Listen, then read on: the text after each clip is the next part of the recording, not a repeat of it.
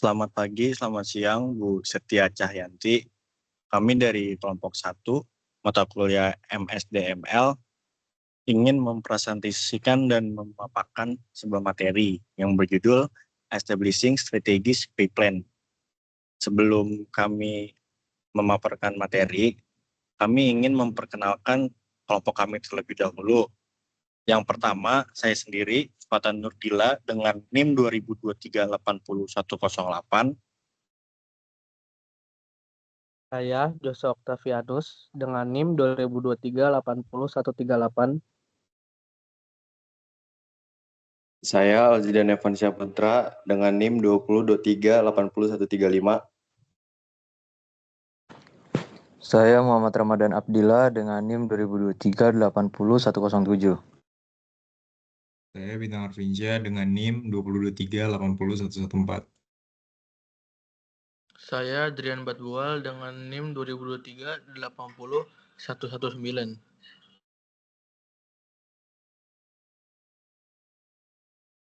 Nah, di aspek kali ini saya akan membahas tentang determining pay rates.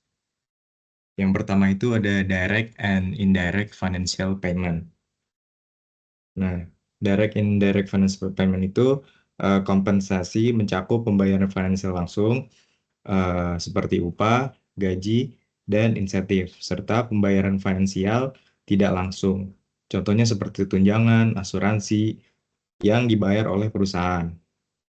Jadi pengusaha dapat mendasarkan pembayaran finansial langsung pada waktu kerja atau kinerja. Di berikutnya aspek ada time based versus performance based pay. Jadi itu gaji berdasarkan kinerja dengan gaji berdasarkan waktu. Gaji berdasarkan kinerja misalnya piecework menghubungkan kompensasi dengan jumlah produksi atau jumlah unit yang dihasilkan oleh pekerja.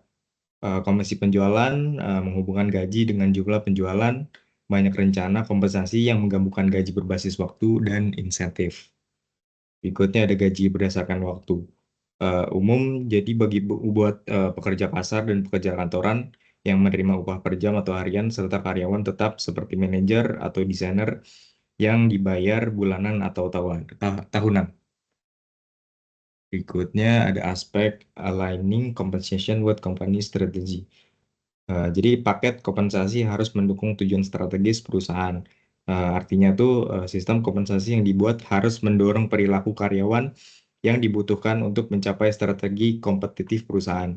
Dengan kata lain, jadi harus ada hubungan yang jelas antara setiap bentuk kompensasi dan tujuan bisnis tertentu. Berikutnya ada equity and impact on pay rate. Teori keadilan menyatakan bahwa orang berusaha menjaga keseimbangan antara kontribusi dan imbalan. Jadi jika merasa tidak adil, mereka akan berusaha mengurangi ketidakadilan tersebut. Penelitian menunjukkan misalnya tingkat turnover pembeli retail lebih rendah jika mereka merasa diperlakukan adil dalam kompensasi. Dan berikutnya ada equity and its impact on pay rate. Berikut adalah poin-poin yang saya akan sampaikan.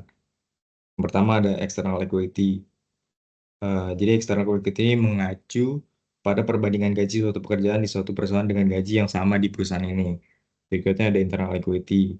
Melihat apakah gaji suatu pekerjaan adil jika dibandingkan dengan pekerjaan lain dalam perusahaan yang sama. Misalnya, apakah gaji manajer penjualan adil jika dibandingkan dengan gaji manajer produksi. Terus ada individual equity, mengukur keadilan gaji individu dibandingkan dengan gaji rekan kerja yang melakukan pekerjaan serupa dalam perusahaan berdasarkan kinerja masing-masing. Terus ada procedural equity, mengacu pada persepsi keadilan dalam proses dan prosedur yang digunakan untuk menentukan distribusi gaji.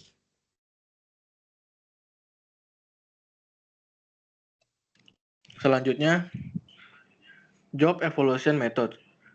Metode evaluasi pekerjaan pemberi kerja menggunakan dua pendekatan dasar untuk menetapkan tingkatan upah. Pendekatan berbasis pasar dan metode evaluasi pekerjaan. Selanjutnya,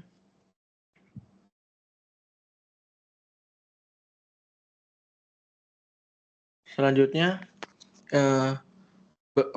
beberapa langkah dalam pekerjaan, step in work ranking method, yaitu ada 6.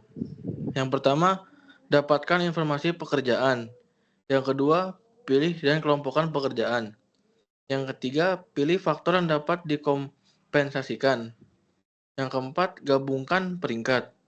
Yang kelima, bandingkan gaji saat ini dengan gaji orang lain. Yang terakhir, keenam, tetapkan skala gaji yang baru. Selanjutnya, job classification managerial. Klasifikasi pekerjaan adalah metode evaluasi pekerjaan yang sederhana dan banyak digunakan di mana penilai mengategorikan pekerjaan ke dalam kelompok-kelompok. Semua pekerjaan dalam setiap kelompok memiliki nilai yang sama untuk tujuan penggajian.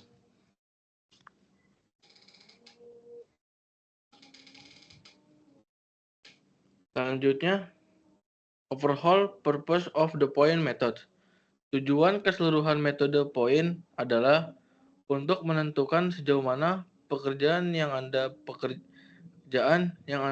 evaluasi mengandung faktor-faktor yang dapat dikompensasikan.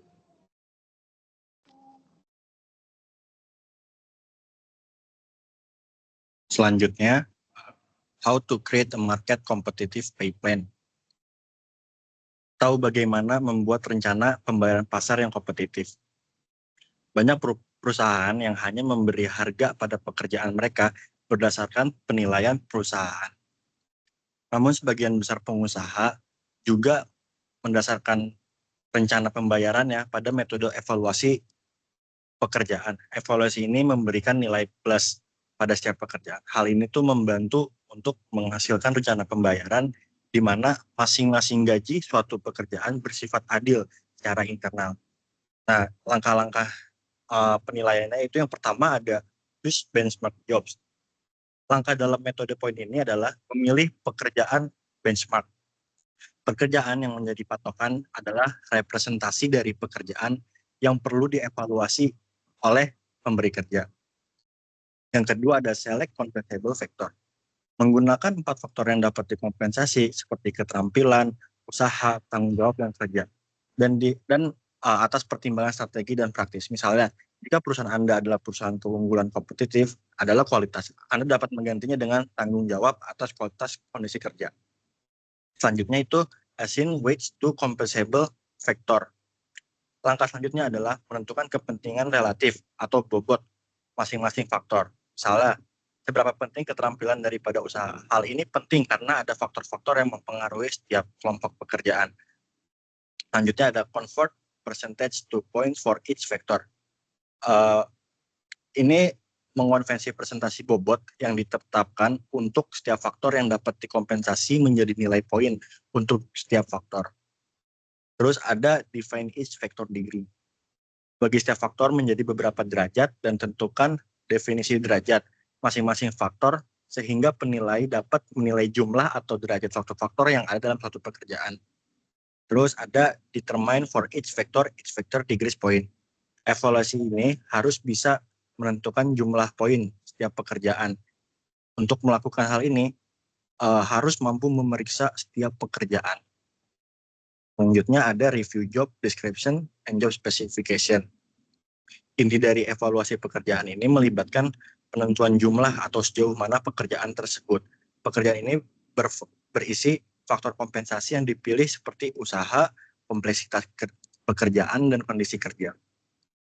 Selanjutnya ada evaluate job. Dari langkah 1 sampai 7 tadi, itu kita mendapatkan sebuah informasi, misalnya poin dan derajat, di mana kita dapat mengevaluasi kembali pekerjaan ini, dan perusahaan telah mengumpulkan deskripsi pekerjaan dan spesifik pekerjaan untuk pekerjaan benchmark yang akan mereka fokuskan.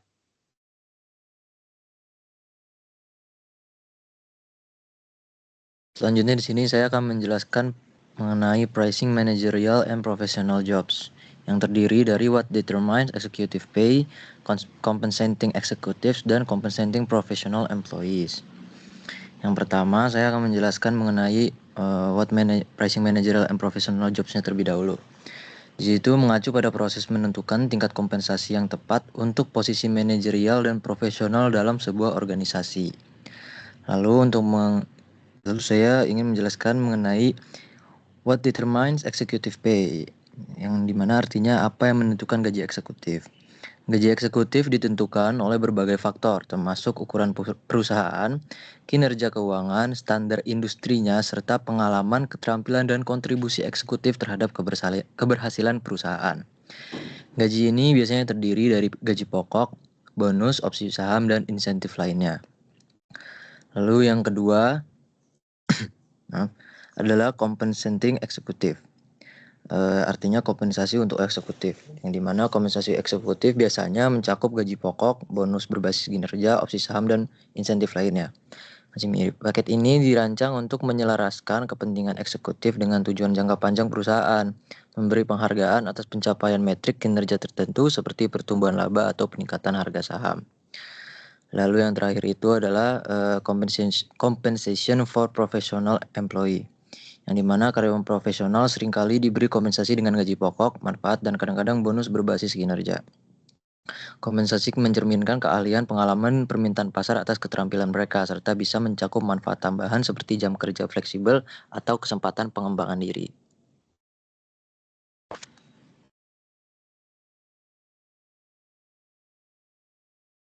Selanjutnya, saya akan menjelaskan topik contemporary topics in compensation.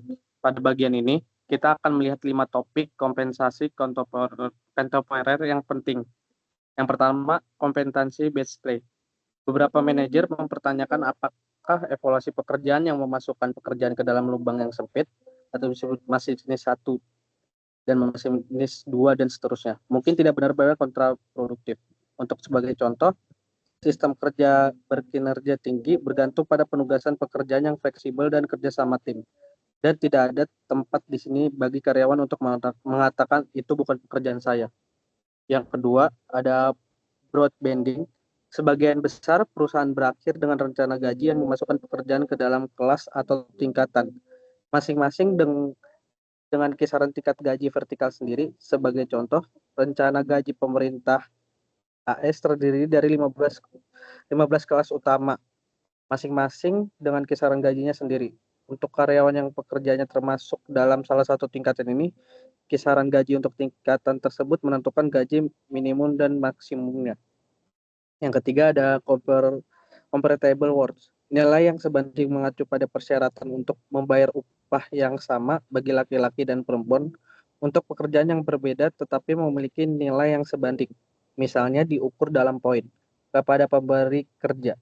Hal ini bisa berarti membandingkan pekerjaan yang berbeda seperti perawat dan mekanik. Selanjutnya ada diversity cons the pay gap A. Meskipun demikian, perempuan di Amerika Serikat hanya memperoleh penghasilan sekitar 81% lebih banyak dari laki-laki. Sebagai laki-laki, hal ini tampaknya benar bahkan di antara mereka yang paling terlatih sekalipun. Sebagai contoh, dokter medis perempuan dokter medis wanita baru berpenghasilan sekitar $17.000 per tahun, lebih rendah daripada rekan-rekan pria mereka. Alasan yang ditemukan untuk kesenjangan ini termasuk apa yang disebut oleh seorang penulis sebagai hukuman keibuan, atau bisa disebut perempuan mengambil lebih banyak cuti untuk merawat keluarga dan dihukum dari segi karir karena hal ini. Diskriminasi pemberi kerja, anggapan usang bahwa pemberi kerja memandang perempuan memiliki lebih sedikit pengaruh. Fakta bahwa pria profesional lebih sering berganti pekerjaan. Yang terakhir ada Board Oversight of Executive Pay. Dewan Direksi Perusahaan bertanggung jawab untuk menetapkan dan menyetujui gaji eksekutif puncak. Dan Dewan Direksi saat ini meneliti gaji tersebut karena dua alasan: peraturan pemerintah atau pemerintah hukum dan aktivisme atau keadilan pemegang saham.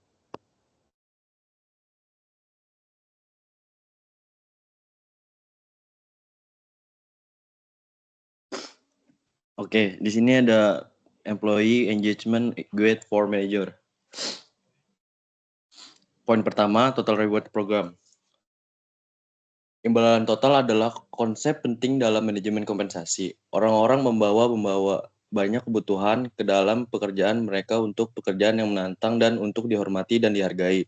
Misalnya tidak semua kebutuhan tersebut dapat dipenuhi dengan gaji bonus. Imbalan total tidak hanya mencakup kompensasi dan tunjangan, tetapi juga pribadi dan profesional, serta peluang pertumbuhan dan lingkungan kerja yang memotivasi. Hal ini tidak hanya mencakup imbalan finansial, tetapi juga non-finansial dan penghargaan tak wujud seperti pengakuan sifat pekerjaan, kualitas pekerjaan, dan yang lain-lain. Selanjutnya poin kedua, total reward and employee engagement. Dalam hal keterlibatan karyawan, imbalan materi dan non-materi tampaknya penting. Sebagai contoh, satu studi menemukan bahwa gaji pokok dan tunjangan saja memiliki hubungan yang lemah dengan keterlibatan. Namun, imbalan tidak terwujud, seperti sifat pekerjaan atau kualitas pekerjaan. Memiliki dampak yang tinggi atau sangat tinggi pada keterlibatan dan kinerja. Ketiga, ketika dikombinasikan dengan gaji pokok dan insentif atau bonus jangka pendek. Oleh karena itu, tidak mengherankan jika banyak perusahaan dengan keterlibatan tinggi menaikkan imbalan total. Dengan menerapkan pendekatan yang seimbang dan menyeluruh terhadap imbalan materi dan non-materi, perusahaan dapat meningkatkan keterlibatan karyawan secara signifikan, menciptakan lingkungan kerja yang lebih memuaskan, dan pada akhirnya meningkatkan kinerja organisasi.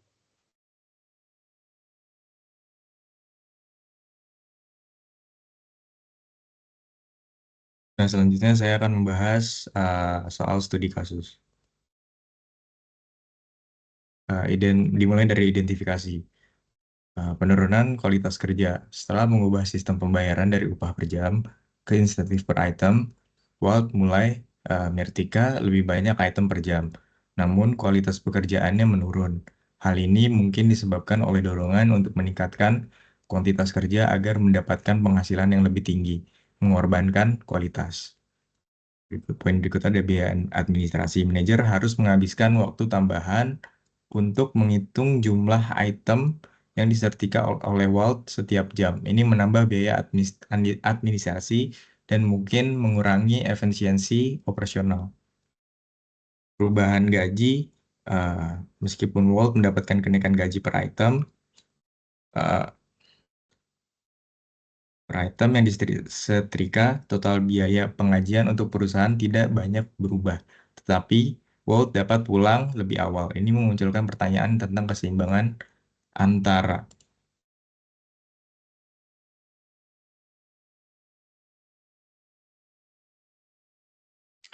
Oke, selanjutnya rumusan. Penurunan kualitas kinerja. Bagaimana sistem insentif per item mempengaruhi kualitas kerja Walt? Dan apa dampaknya terhadap kepuasan pelanggan dan reputasi toko? Yang kedua, beban administrasi. Bagaimana sistem insentif mempengaruhi beban administrasi yang harus ditanggung oleh manajer, khususnya dalam hal pemantauan dan pencatatan jumlah item yang disetrika. Poin ketiga, keseimbangan gaji dan produktivitas. Bagaimana cara mengatur sistem insentif agar memberikan keseimbangan antara produktivitas karyawan dan pengeluaran perusahaan, serta menjaga kualitas pekerjaan yang konsisten.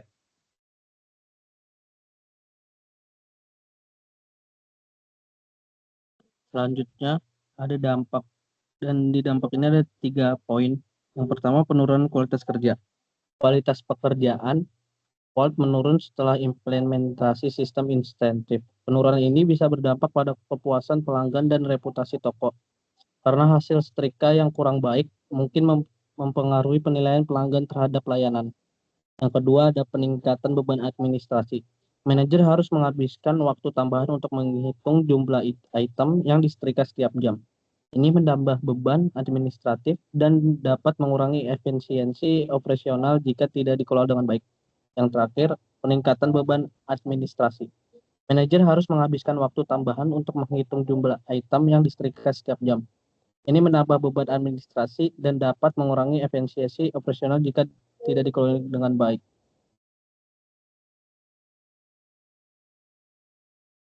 Selanjutnya ada pengaruh Secara keseluruhan, meskipun sistem insentif berhasil meningkatkan produktivitas, perlu ada penyesuaian untuk memastikan bahwa kualitas kerja dan efisiensi administratif tetap terjaga. Keberhasilan sistem ini dalam satu toko bisa menjadi dasar untuk perbaikan dan penerapan yang lebih luas jika tantangan yang ada dapat diatasi.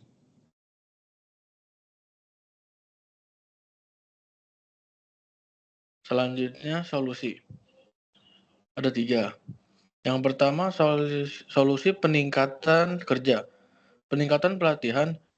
Berikan pelatihan tambahan kepada karyawan tentang standar kualitas dan teknik yang penyetrkaan yang benar. Ini dapat membantu menjaga kualitas meskipun mereka bekerja lebih cepat. Yang kedua, solusi biaya administrasi. Penggunaan teknologi, investasikan dalam sistem pemantauan atau perangkat yang dapat menghitung item secara otomatis. Ini bisa mengurangi kebutuhan akan pemantauan manual dan waktu administrasi. Yang ketiga, solusi perubahan gaji. Struktur gaji. Pertimbangkan untuk membayar gaji dasar yang lebih tinggi dengan tambahan insentif per item. Ini bisa membantu karyawan merasa lebih aman secara finansial sambil tetap memotivasi mereka untuk bekerja lebih efisien.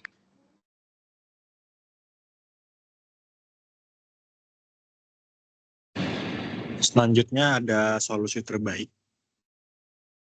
Struktur gaji yang menggabungkan gaji dasar yang lebih tinggi dengan tambahan insentif per item dapat dianggap sebagai solusi terbaik karena beberapa alasan. Yang pertama, kesejahteraan finansial karyawan. Gaji dasar yang lebih tinggi memberikan rasa keamanan finansial yang lebih baik bagi karyawan. Dapat mengurangi stres terkait keuangan dan memungkinkan mereka untuk fokus pada pekerjaan tanpa khawatir tentang kebutuhan dasar. Selanjutnya ada motivasi untuk kinerja lebih baik. Insentif per item mendorong karyawan untuk meningkatkan produktivitas dan efisiensi mereka. Dengan adanya imbalan tambahan berdasarkan hasil kerja, karyawan memiliki dorongan tambahan untuk mencapai target dan berusaha lebih keras. Selanjutnya ada peningkatan kualitas dan kuantitas kerja. Struktur ini dapat memotivasi karyawan untuk tidak hanya menyelesaikan lebih banyak pekerjaan, tapi juga meningkatkan kualitas output mereka. Karena imbalan dikaitkan dengan hasil yang dapat diukur, karyawan cenderung lebih fokus pada penyelesaian pekerjaan dengan baik.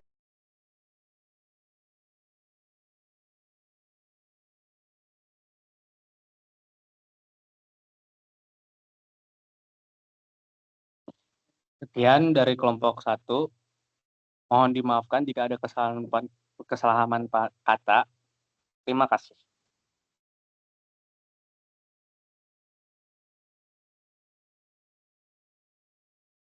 Dayan.